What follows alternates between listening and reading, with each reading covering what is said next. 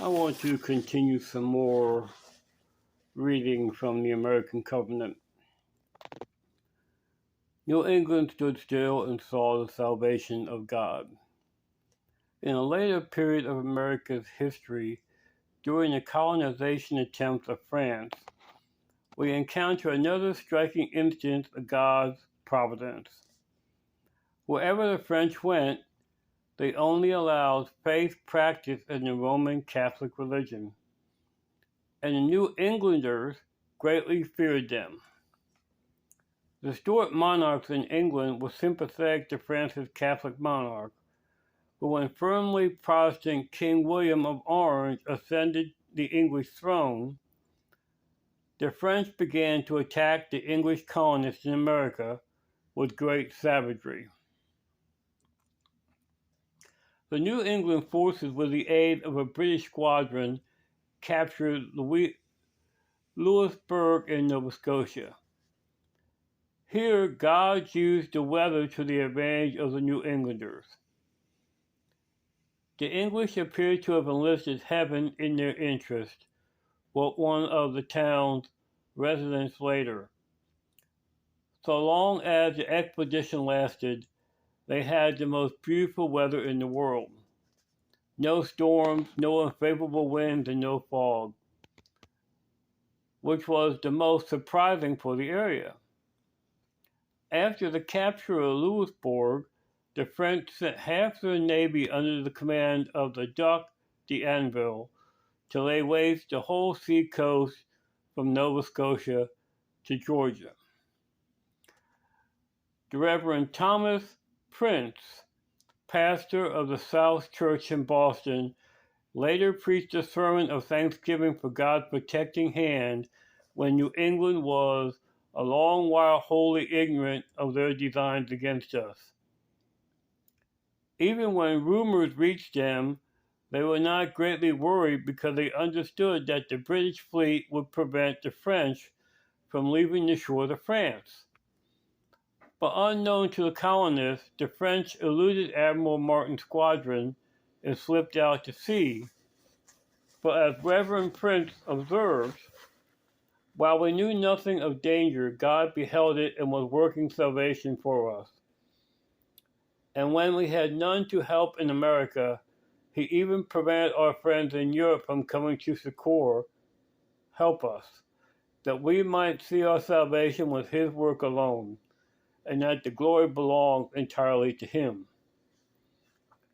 Having eluded the British, the proud French fleet of about 70 sail, means 70 ships for those who don't understand that, put to sea on June 20th, 1746. As the vessels crossed the Atlantic heading for Halifax, they were delayed at first in a prolonged calm and then encountered storms which several ships were disabled by lightning. Pestilence broke out, then the entire fleet was scattered to the four winds by tremendous storms. By this means, they were so dispersed in the midst of the ocean that by August 26th, they had left but 12 ships of the line and 49 others. On September 2, as they were nearing dangerous shoals off the Isle of Sables, they encountered another violent storm and lost several more vessels. When Duc d'Anville's ship finally reached Halifax, or Timbuktu as it was then called, a lonely, isolated area, he fully expected to rendezvous with other French ships sent from the West Indies to meet him. The West Indies squadron had indeed been there, but discouraged by the long delay of d'Anville's ships, have given up and left. What had the New England colonists been doing all this time?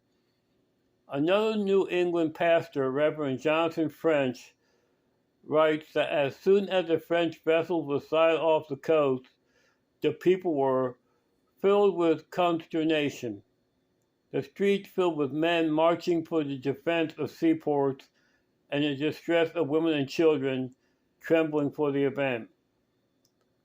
made deep impressions upon the minds of those who remember these scenes, but never did the religion for which the country was settled appear more important, nor prayer more prevalent than on this occasion. A prayer-hearing God stretched forth the hand of his power and destroyed that mighty armament in a manner almost as extraordinary as the drowning of Pharaoh and his host in the Red Sea. What happened was this. Shortly after his arrival in Halifax, the Duc d'Anville was so appalled at the loss of the major part of his fleet, and finding his ships so scattered, so many men dead, and so many sickly, and no more his fleet come in, he sunk into discouragement, and on September 15th died. But in such a condition, it was generally thought he poisoned himself and was buried without ceremony. More ships finally limped into port, but many of the men on board were ill, and the food supplies were fast running out.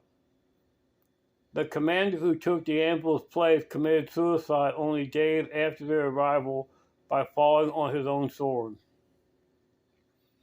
The third in command ordered the men ashore to recruit French and natives so that an attack on Annapolis could proceed. But before they could leave Halifax, between 2,000 and 3,000 men died of pestilence. Finally, the fleet's new commander, La Jonquière, set sail on October 13, 1746, and intending to attack Annapolis. He was probably unaware of the fact that on October 6th, the New England colonies had set October 6th as a day of fasting and prayer for their deliverance. Reverend French describes the events that followed. On this great emergency in the day of darkness and doubtful expectation, the 16th of October was observed as a day of fasting and prayer throughout the province. And wonderful to relate, that very night God sent upon them a more dreadful storm than either of the former, and completed their destruction. Some overset, some founders, and a remnant only of this miserable fleet returned to France to carry the news. Thus New England stood still and saw the salvation of God.